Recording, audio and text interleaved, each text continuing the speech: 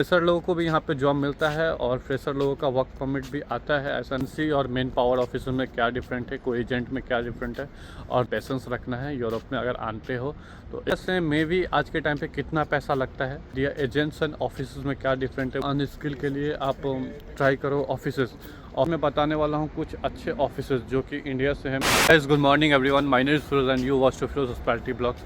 Guys आज के हम इस वीडियो में बात करेंगे कि कोई बंदा फ्रेशर यूरोप आना चाहता है, कितना टाइम लगता है, कैसे वीज़ा प्रोसेस होता है, कितना टाइम हमको वेट करना पड़ता है और शुरू से लेके अंत तक एक एक चीज़ आज इस वीडियो में बताने वाला हूँ। कितना पैसा लगेगा, एजेंट हमको क्या बोलता है और हम किस तरीके से यूरोप आ सकते हैं और इन सब के अलावा यहाँ पे आने से हमको क्या बेनिफिट है और कितना टाइम हमको रुकना पड़ेगा, इंडिया में वेट करना पड़ेगा हमारे प्रोसेस को और वीज़ा के फ़ाइल को।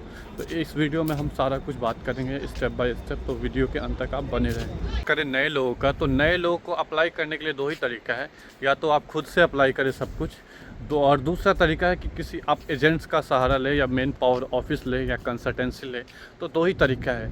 मोस्टली केसेस में क्या होता है, लोग ज़्यादातर मेन पावर ऑफिस का सहारा लेता है क्योंकि उनको उतना पता नहीं होता है। और फ्रेशर लोगों को खासकर भाई यूरोप जो फर्स्ट टाइम आते हैं या जिनके पास एक्सपीरियंस है भी, तो उनको इन सब चीज़ों का पता नहीं होता है कि वर्क परमिट कैसे अप्लाई होता है, कैसे आता है, उसके बाद का क्या प्रोसेस होता है, पीसीसी कैसे बनता है। बहुत सारी चीज़ जो डॉक्यूमेंट्स है वो लोग नहीं बना पाते हैं या उनसे नहीं हो पाता है, आप सुझे कहें।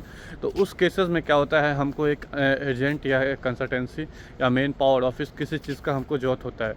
तो गाइज़ इस वीडियो में मैं यही बताने वाला हूँ कि गाइज़ हम कैसे अप्लाई कर सकते हैं जब हम फर्स्ट टाइम आते हैं यूरोप। तो यूरोप आने के लिए सबसे पहले तो भाई आपको यहाँ पे कोई भी एक एजेंट आपको ढूंढना पड़ेगा जो कि आपको यहाँ से वर्क परमिट या एम्प्लॉयर, आपको ईजी तरीका बता रहा हूँ यहाँ पे आने का और कम से कम पैसों में आप यूरोप आ सकते हो। तो यहाँ पे आपको एक एजेंट ढूंढना पड़ेगा जो कि आपका वर्क परमिट आपको यहाँ से दिलवाए।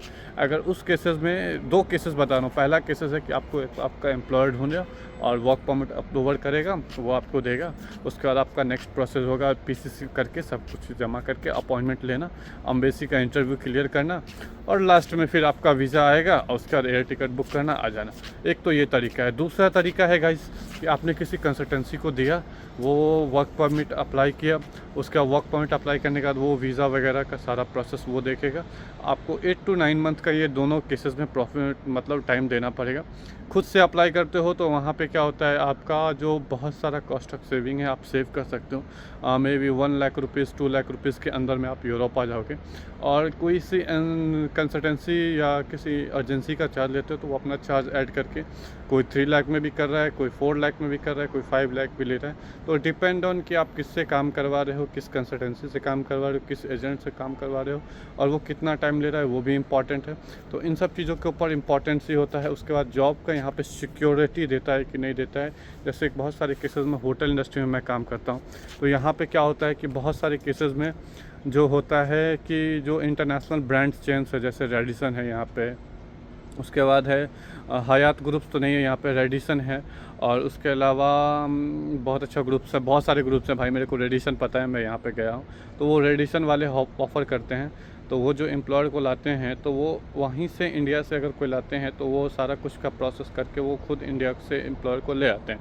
मतलब वो सारा कुछ पेपर वर्क वगैरह देखते हैं और वो यहाँ तक ले आते हैं। उनके कांटेक्ट में इंडिया के एजेंट्स होते हैं, एजेंसीज भी होती हैं, तो उनसे वो बताते हैं ऐसे ऐसे मिलो, वो करके देंगे। तो दो केसेस हैं। और दूसरा केसेस है कि एम्प्लॉयर आपका खुद से यहाँ पर सब कुछ करके देगा। बहुत ज़्यादा ठंडा है और मेरे पीछे देख सकते हैं। और मैं आपको आज बता रहा था ना कि एजेंट्स एंड ऑफिस में क्या डिफरेंट होता है। तो गाइस जब हम अप्लाई करते हैं फर्स्ट टाइम पे, तो एजेंट्स जो हैं वो हमसे सारा कुछ का पैसा वगैरह का डिमांड करता है, वो टाइम भी लेते हैं हमसे ज़्यादा और हमारा काम करके देंगे या नहीं देंगे इसकी क्या गारंटी है हम लोग को भी नहीं पता।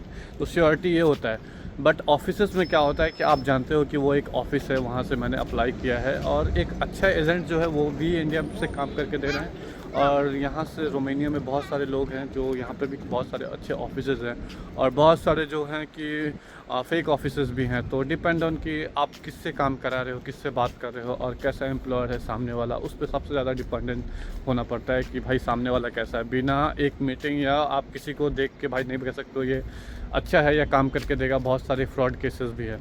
तो सबसे ज़्यादा भाई इन सब चीज़ों का केयर करना है अगर आप वर्क परमिट यूरोप के लिए अप्लाई कर रहे हो तो, क्योंकि आप एक मेन पावर ऑफिस से अप्लाई करेंगे तो बहुत सारे उसके बेनिफिट्स हैं। और आपको आज मैं बताने वाला हूँ कुछ अच्छे ऑफिसेस जो कि इंडिया से हैं, मैंने कई वीडियो में बताया है। उनमें से एक है डायनामिक भाई, बहुत अच्छा है, दिल्ली बेस्ड कंसल्टेंसी है, मुंबई में है, तेहरान ले लो, बहुत अच्छी कंसल्टेंसी है।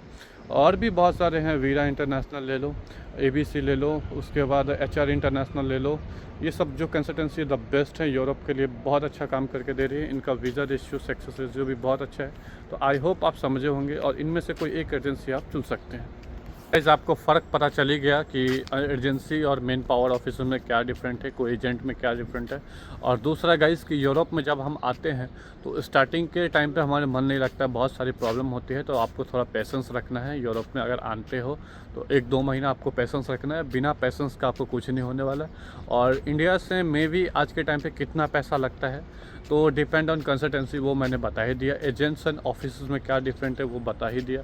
बहुत सारे अच्छे एजेंट्स भी हैं, रेगुलर काम करके दे रहे हैं, बहुत सारी अच्छी ऑफिस भी है, बहुत सारी फेक ऑफिस भी है।